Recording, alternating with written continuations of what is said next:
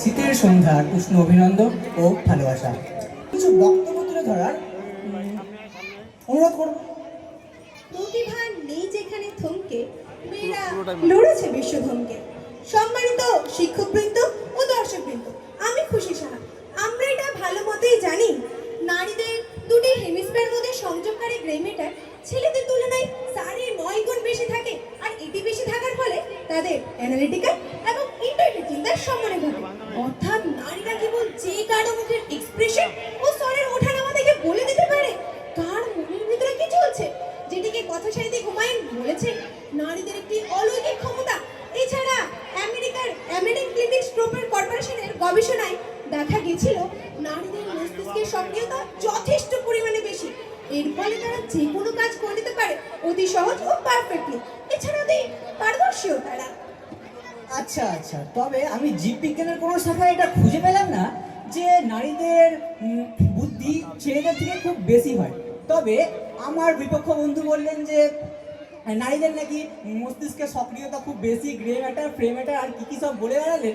তবে তিনি হয়তো এই জিনিসটা জানেন না যে অক্সফোর্ড ইউনিভার্সিটির বিশিষ্ট ছাত্রদল এরা প্রমাণ করেছেন যে ছেলেদের বুদ্ধি 2% মেয়েদের থেকে বেশি আছে, এমনকি তাদের মস্তিষ্কের আকারও 10% বেশি আছে। আর তিনি নাকি বললেন মেয়েরা খুব পারদর্শী হয়। তবে আমি সচরাচর যা দেখতে পাই, মেয়েদের একটু ঠেসা লাগলে, ঘষা লাগলে তারা এমনভাবে রিয়াক্ট করে যাদের কোনো ভূমিকম্প চলে। কি বললে তাদের নাকি মস্তিষ্কের আকার বড়। আচ্ছা আচ্ছা, মস্তিষ্কের আকার তো তিমি হাতি এদেরও বড় হয়, তাহলে কি তাদের বুদ্ধি বেশি? আসলে আমি আমার বিপক্ষ বন্ধুকে বলতে চাইবো পুরুষদের দৈহিক গঠন নারীদের তুলনায় কর। আমার বিপক্ষ বন্ধু, তুমি কিছু বলতে চাইবে? বলার তো অনেক কিছুই আছে, তবে সাধারণত আমরা দেখতে পাবো যে কোনো যদি কাজ করতে যাই আমরা, নারীদের কিন্তু একটা আবেগ চলে আসে। আর সেই আবেগে এসে কোনো একটা যেন সম্পূর্ণ হওয়ার কাজ যেন অসম্পূর্ণ থেকে যায়। কিন্তু ছেলেদের সেই আবেগটা আসে না, ছেলেদের আসে হচ্ছে সেই যুক্তিবাদী মনোভাব। সেই যুক্তিবাদী মনোভাবের মাধ্যমে তারা যে কোনো কাজ সে সাহসিকতার সঙ্গে করে নিতে পারে। আরে আমি কেবল না, এখানে বসে থাকা প্রত্যেকেই জানেন নারীদের আবেগ থাকে বলে একটি সমাজ গঠিত হয়। কেননা একমাত্র নারীরাই পারে কিভাবে তার ছেলেকে গড়তে হবে এবং কিভাবে নিজের কর্মক্ষেত্রকে সাথে নিয়ে একটি সমাজকে এগিয়ে নিয়ে যেতে হবে। আচ্ছা আচ্ছা, ঝুঁকি নেওয়ার ক্ষমতা মানে নতুন জিনিসের আবিষ্কার। তৎকালীন পুরুষতান্ত্রিক সমাজে নারীরা রান্নাঘরে আবদ্ধ থেকেই আবিষ্কার করেছে বহু জিনিস। তার মাঝে নেন্সি জেনশনের আইসক্রিম মেকারের কথা আমরা ভুলতেই পারি না। হায় রে আমার বিপক্ষ বন্ধু, আমার বিপক্ষ বন্ধু হয়তো ঝুঁকি নেওয়ার আসল অর্থটাই জানে না। ঝুঁকি নেওয়ার অর্থ বোঝায় যে কোনো একটা নতুন জিনিস করে দেখানোর সাহস, যেমনটা আমাদের করেছিলেন এপিজে আব্দুল কালাম রাজস্থানে বোমা বিস্ফোরণ করে জীবনের ঝুঁকি নিয়ে আমাদের দেশকে পারমাণবিক দেশ হিসেবে বিস্ফোরণ করেছিলেন। আরে পরিবেশের কথা বিবেচনা করেই তো মার্গেনটা আবিষ্কার করে একটি পেপার ব্যাগ তৈরির মেশিন। কিন্তু জানেন তার সাথে কি হয়েছিল? এটি অনেক লজ্জার বিষয়। চার্লস নামক এক বিজ্ঞানী তার এই আবিষ্কার নিজের নামে করে নিতে চেয়েছিলেন। তিনি আশ্চর্য ছিলেন কিভাবে এক নারী এত বিস্ময়কর আবিষ্কার করে নিতে পারে। তার বিপক্ষে ছিলেন চার্লস। তখন কোথায় ছিলেন আপনি? হায় রে আমার বিপক্ষ বন্ধু, আপনার বুদ্ধিটা হয়তো হাঁটুর নিচে চলে গেছে। হয়তো আমাকে দেখে কোনো সাধারণ মানুষ বলবে না যে আমি ওই কালে জন্মেছিলাম। আরে বলুন না যে আপনার কাছে জবাব নেই। না না, যখন জবাব না থাকলে হয় না, সাত কাণ্ড রামায়ণ পড়ে সীতারামের মা। জবাব নেই, ঠিক আছে। তবে আমি ইতিহাসের পাতায় কটা নারীকে খুঁজে পান আপনি বলুন তো? কি বলবো বলুন তো? আরে আমার বিপক্ষ বন্ধু, আপনি কি না আগে ঠিকমতো ইতিহাসটা দেখে আসুন। কে ছিলেন বীণা দাস, কনকলতা বড়ুয়া, কল্পনা দত্ত, সরোজিনী নাইডু? কারা ছিলেন এরা? আচ্ছা আচ্ছা আচ্ছা, এরা ছিলেন। তবে কোনো নারীকে আমি শহীদ হতে দেখলাম না। যেমন আমাদের 18 বছর বয়সে ক্ষুদিরাম বসু নিজের আত্মত্যাগ দিয়েছেন ফাঁসির মঞ্চে আমাদের দেশকে স্বাধীনতা করানোর জন্য। এমনকি রাইটার্স বিল্ডিং অভিযানের মধ্যে বিনয় বাদল, দীনেশ, এদের অবদান আমরা ভুলে যেতেই পারি না। এমনকি আরো অনেক এমন নেতা রয়েছে, তাদের কথা আমরা কি ভুলে যেতে পারি? শহীদ হন। আরে কিভাবে বলতে পারি আমরা প্রীতিলতা ওয়াদ্দেদারকে, যিনি যে আমাদের পাহাড়ি দড়ি ইউরোপিয়ান ক্লাবে আক্রমণ করেন এবং সফল হন, কিন্তু পরবর্তীকালে যেন পুলিশের হাতে ধরা পড়ে নির্যাতনের শিকার না হতে হয় তার জন্য পটাশিয়াম সায়ানাইড খেয়ে আত্মহত্যা করেন তিনি। এর মাঝে আরেকটি নারীর কথা না বললেই নয়, তিনি আর কেউ নন, করুণা আসাফ আলী, যিনি জেলে বন্দী থাকা অবস্থাতেই আমাদের দেশের সংগ্রামী ওই ছেলে সংগ্রামীদের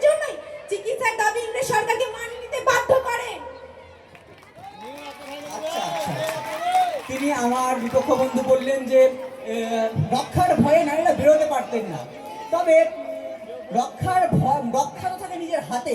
তবে তারা কি নিজের রক্ষা নিজেরা করে নিতে পারে না, নাকি তারা ভয় পায় যেন ভূতে পেয়েছে?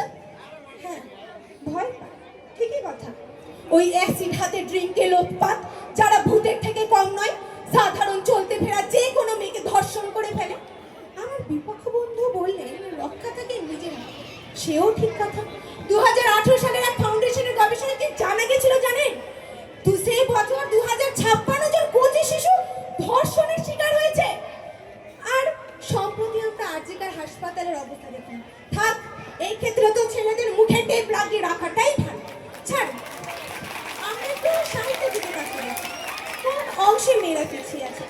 বর্তমানে তো এগিয়ে আছে, প্রাচীন কালেও পিছিয়ে ছিল না। তারা ছেলেদের সঙ্গে কাঁধে কাঁধ মিলিয়ে চর্যাপদে পদ রচনা করেছে। যে চর্যাপদ বাংলার আদি নিদর্শন, সেই চর্যাপদের প্রথম মহিলা কবির নাম কুক্কুরি পা, যিনি একটিতেই শেষ নয়, রচনা করেছেন তিনটি পদ। আমার বিপক্ষ বন্ধু আদি প্রাচীন যুগের দু চারটা ওই নারী কবির নাম নিয়ে যেন হাততালি করানোর চেষ্টা করছে। তিনি হয়তো জানেনই না, বা তিনার মনের গহনে এটা থাকা সত্ত্বেও তিনি ভুলে যাচ্ছেন যে সেই আদি যুগেরই প্রথম কবি হচ্ছে লুইপাদ। আরে আরে, এড়িয়ে যাওয়ার কথা বলে ছেলেদের হেও করুন না। আমি মেয়ে তো, তাই মেয়েদেরটাই মনে রাখতে একটু বেশি স্বাচ্ছন্দ্য বোধ করি। জানতে সুরের সম্পর্কে কাকে বলা হয় জানা আছে তো? তিনি আর কেউ নন, একজন নারী লতা মঙ্গেশকর, যাকে কেবল তার গলার স্বরের জন্য 2001 সালে ভারতের সর্বোচ্চ সম্মাননা দ্বারা সম্মানিত করা হয় ভারত রত্নের মধ্য দিয়ে। আচ্ছা, ভারতের কোকিলাকে শ্রদ্ধা সিনহা। আচ্ছা, শুধু কি শ্রদ্ধা লতাজি আছেন?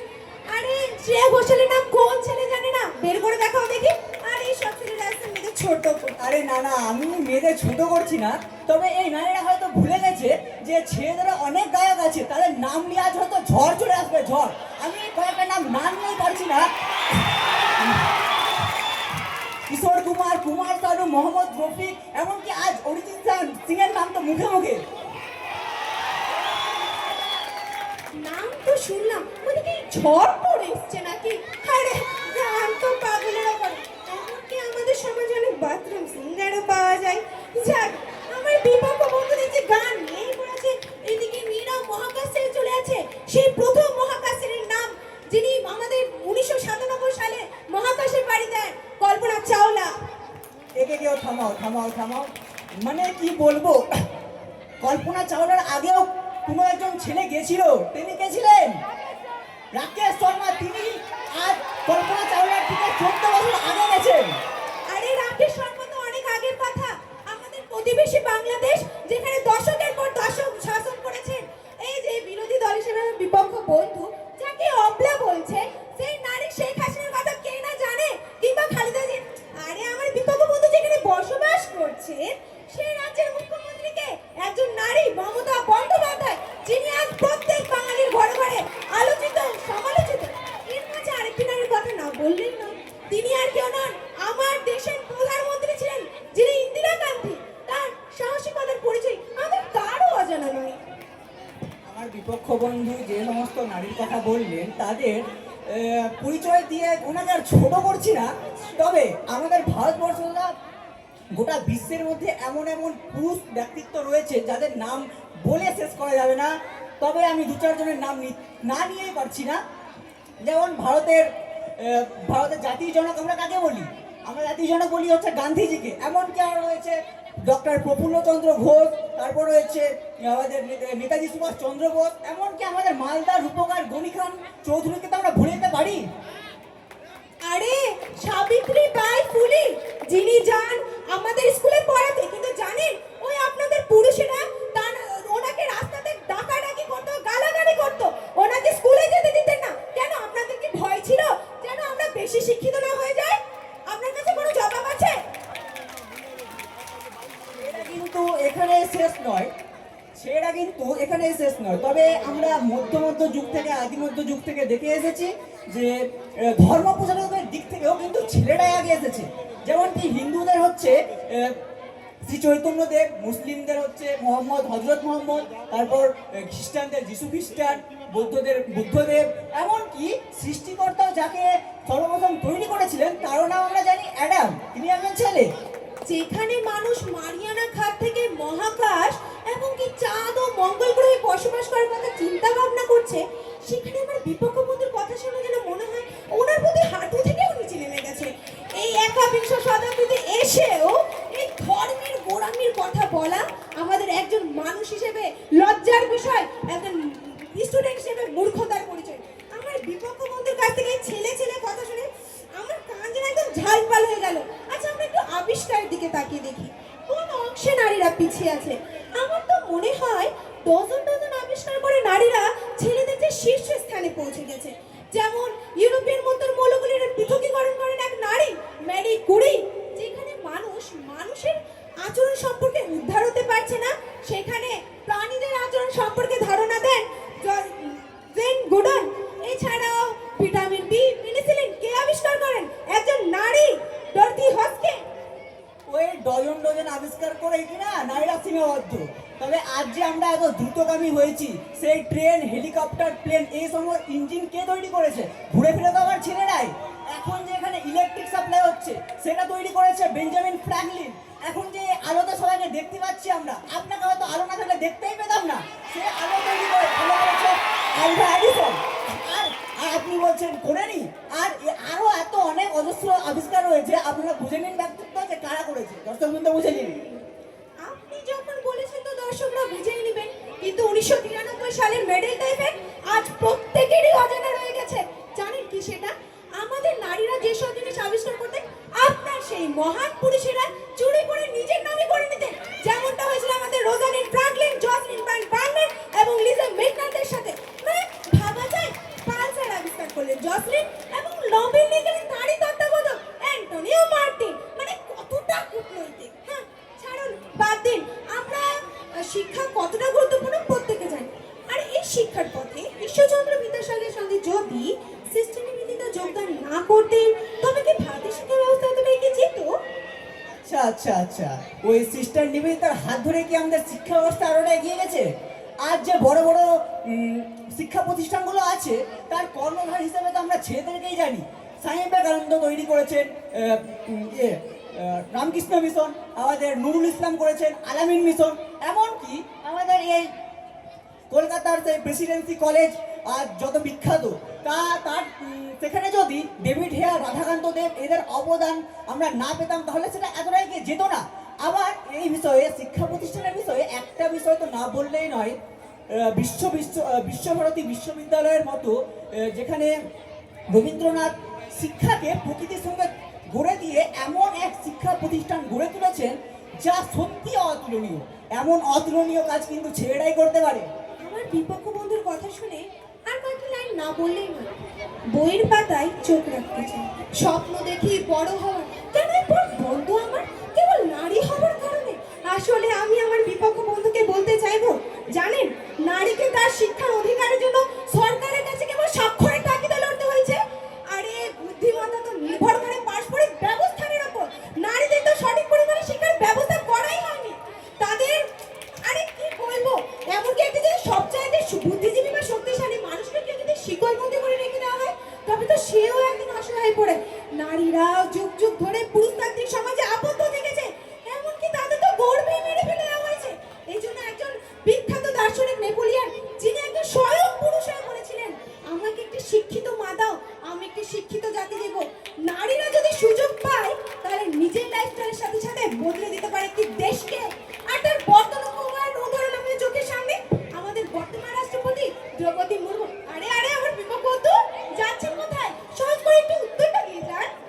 আচ্ছা, আপনার উত্তর আর কি দেবো ভাবছি, যে আপনি যে বলছেন এখানে দাঁড়িয়ে দাঁড়িয়ে আপনাদের কোনো অধিকার নেই, নারীদের কোনো শিক্ষার কোনো ইয়ে নেই, কোনো কলেজ নেই, ইয়ে নেই। আপনি তো হয়তো জানেন না কত কত শিক্ষা প্রতিষ্ঠান গভর্নমেন্ট করে রেখেছে নারীদের জন্য। আর আপনি যে এখানে দাঁড়িয়ে দাঁড়িয়ে এত সব ডায়লগ দিয়ে যাচ্ছেন নারীদের কোনো অধিকার নেই। সংবিধানে এটা ভালো মতোই লেখা আছে 14 নং অনুচ্ছেদে যে নারী পুরুষ সমান অধিকার রয়েছে। আর আপনাকে যে এখানে দাঁড়িয়ে থাকার যে বক্তব্য দেওয়ার সুযোগটাও দিয়েছে, সেটা একদম ছেড়েই দিয়েছে ডক্টর বি.আর. আম্বেদকর। বড় যদি কত কি লেখা থাকে আর তার যে কতটা পালিত হয় তাকে আর কাউকে বলার প্রয়োজন মনে হয়। আর কিন্তু এর মাঝে আমার বিপক্ষ বন্ধুকে একটি কথা না জানালেই নাই। জানেন তো, একটি সন্তানের বেশিরভাগ অংশ আসে একটি মায়ের কাছ থেকে, অর্থাৎ একটি নারীর কাছ থেকে। দেখছেন মেয়েদের নাটকটা, দেখছেন এটা নর্মাল ভাবে বললেও পারতো। হ্যাঁ, মেয়েদের নাটক আর ছেলেরা যে একটুতেই নেশায় আসক্ত হয়ে পড়ে সেটাই কি? আপনি হয়তো এখানে জানেন না কত মেয়ে শহরে নেশায় আসক্ত হয়ে পড়ে আছে। ছেলেরা দেখুন, আর ছেলেরা দেখুন মানে লোকটা বসে যায়। আর মেয়েরা তো এদিকে ওদিক কাটতে বসে যায়। হ্যাঁ, আর ছেলেদেরকে একটু সহ্য শক্তি নেই। আচ্ছা ধৈর্যের কথা বলবেন না, ধৈর্যের খেলা হচ্ছে যে দেখে আসেন সেখানে কে উপরে আছে। নারীরা ছিলেন না তাহলে গরিবের ভাববে কি ছিলেন? মেয়েরা যেমন নাচতেও পারে তেমন চোখ বাঁধতেও পারে।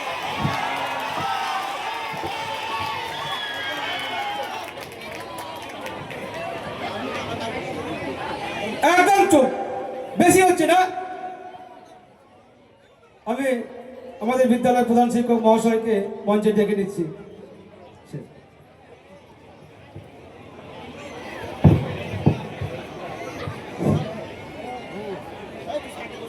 শুভ সন্ধ্যা। খুশি সাহা এবং শেখ আকাশ একটা সুন্দর বিষয় নিয়ে বিতর্ক করছে। বিষয়টা হচ্ছে ছেলেদের চেয়ে মেয়েদের বুদ্ধি বেশি। এটা সবার মতে, ছেলেদের চেয়ে মেয়েদের বুদ্ধি বেশি। আপনারা তো দুজনের যুক্তি তর্ক শুনলেন, কি মনে হচ্ছে আপনাদের কার বুদ্ধি বেশি?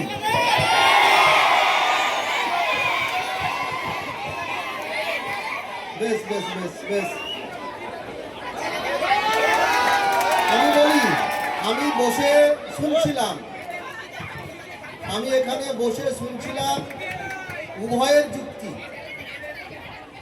আমি যে সিদ্ধান্তে আসলাম, আমার যেটা মনে হলো, ছেলে মেয়ে বুদ্ধি কম বেশি বলে কিছু নেই। মানুষের বুদ্ধি বা মেধার বিকাশ ঘটে তার পরিবারের অবস্থা, পারিপার্শ্বিক অবস্থা, তার নিজের চেষ্টা।